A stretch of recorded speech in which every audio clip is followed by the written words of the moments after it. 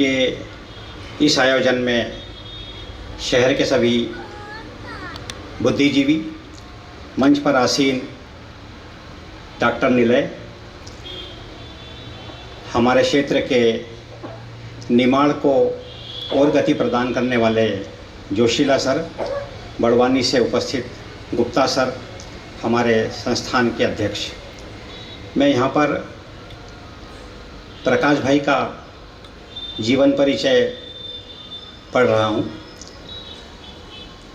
जो लोग हमेशा से आते रहे हैं उनको बहुत सारी बातें मालूम है, पर हमारे जो वक्ता हैं वे वक्ता भी इस स्तंभ के बारे में जाने, ये कोशिश है। व्यक्ति नहीं अभियान थे श्री प्रकाश चंद महाजन। स्नेह, त्याग, परोपकार से परिपूर्ण, जिनकी कमी हमें हर पल महसूस होती है, उन्हीं का यह परिचय है। बीकन गांव के दीवान श्री रामचरण जी के यहाँ पर 12 नवंबर 37 को जन्म, खरगोन और बड़वानी में प्रारंभिक पढ़ाई। अन्य छात्रों को भी पढ़ने के साथ साथ वे पढ़ाते भी थे। इंदौर से स्नातक, शिक्षकीय सेवा के साथ भौतिक शास्त्र में पीजी किया और नीमच में नियुक्त हुए। बाद में खरगोन में स्थानांतरण हुआ। सैद्धांतिक ज्ञान भौतिक शास्त्र का, परंतु भौतिकवादी दृष्टिकोण से परहेज। प्रयोग किए समाजशास्त्र के, किंतु व्यवहारिक रूप से संलग्न रहे देवीय कार्यों में। दरिद्र नारायण को पूजा की, कर्मयोग किया और आचरण जो है गांधी जैसा। उनके कई आंदोलन जो है वो गांधीवाद से प्रेरित थे। स्वामी विवेकानंद, टैगोर को माना आदर्श और सानिध्य पाया युग पुरुष आचार्य श्री राम जी शर्मा का। कर्मस्थली को बनाया खरगोन। निर्धनों के लिए चिकित्सा व्यवस्था, निःशुल्क दवाइयाँ, नेत्रदान, रक्तदान, निर्धन विद्यार्थियों को आर्थिक सहयोग, स्वरोजगार, धार्मिक स्थलों की मरम्मत, बौद्धिक कार्यक्रमों का आयोजन, सबसे महत्वपूर्ण स्थानीय आवश्यकताओं और आपदाओं में सहयोग। इस हेतु एक ट्रस्ट बनाया और नाम दिया श्री बीसा नीमा आदर्श सहायता ट्रस्ट। बौद्धिकता, व्यवहारिक समझ का ही परिणाम और सतत संवाद का प्रतिफल यह रहा कि इस ट्रस्ट को लोग प्रकाश भाई की बैंक कहते थे। ट्रस्ट कल्पवृक्ष के मूल स्तंभ की तरह शक्तिशाली होता गया। शाखाएं, उपशाखाएं फैलने लगी और धीरे धीरे उपलब्धियां मिलती चली गई। निस्संदेह वे व्यक्ति नहीं अभियान थे।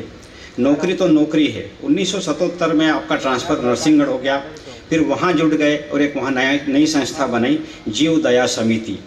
आपके व्यक्तित्व का ही प्रभाव था कि धीरे धीरे वहाँ पर भी लोग उनसे जुड़ते चले गए। खरगोन से बिछोहता था।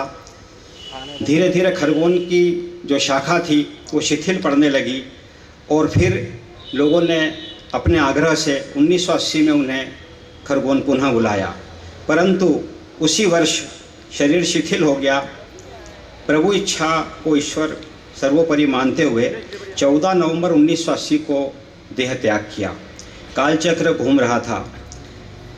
14 वर्ष बाद उसी कल्पवृक्ष के मूल स्तंभ और उन शाखाओं में जो दूर दूर तक फैली गई थी, अब विशाल तो हो गई थी परंतु झुक रही थी, मुरझा रही थी। उन्हीं को सहायता देने और थामने के लिए धीरे धीरे शाखाओं से ही मूल स्तंभ की जगह स्तंभ मूल बनती चली गई और लगातार पिछले 30 वर्षों से वह जो वृक्ष था अब वह विशाल वृक्ष बन गया। श्री बीसा नीमा आदर्श सहायता ट्रस्ट से श्री प्रकाश स्मृति सेवा संस्थान बनाया और यह ट्रस्ट जो है ये विशाल से विशालतम हो गया। संस्थान के द्वारा कुटुंब सहायक योजना, निःशुल्क नेत्र शिविर, 2 रुपये में रात्रि भोजन, शव वाहन और एम्बुलेंस केवल लागत मूल्य पर, स्वरोजगार से स्वाभिमान, शिक्षा ऋण, छात्रवृत्ति, बाढ़ राहत शिविर, गर्म कपड़ा वितरण, निःशुल्क गणवेश, ऐसी बहुत सारी योजनाओं का क्रियान्वयन सफलतापूर्वक किया जा रहा है। विगत 25 वर्षों से इस व्याख्यानमाला को भी किया जा रहा है ताकि शहर के बौद्धिक वर्ग को भी एक चिंतन मिले। यह हमारा रजत जयंती वर्ष है। युवा सब साकार करने में लगे हुए हैं। मैं यहाँ पर डॉक्टर साहब को बताऊंगा कि ये युवा मैंने इसलिए बोला है कि 30 वर्ष पहले जब हमने इसको काम को चालू किया था तब हम सब युवा थे। अब भले ही हम जो है सफ़ेद हो गए, परंतु हमारी जो दृष्टि है और दृष्टिकोण है वो आज भी युवा है। और हम सब लगे हुए हैं कि हम डॉक्टर साहब के जो अधूरे काम थे उनको हम पूरा करें। मैं फिर से सभी की ओर से उन्हें श्रद्धा सुमन अर्पित करता हूं और नमस्कार करता हूं।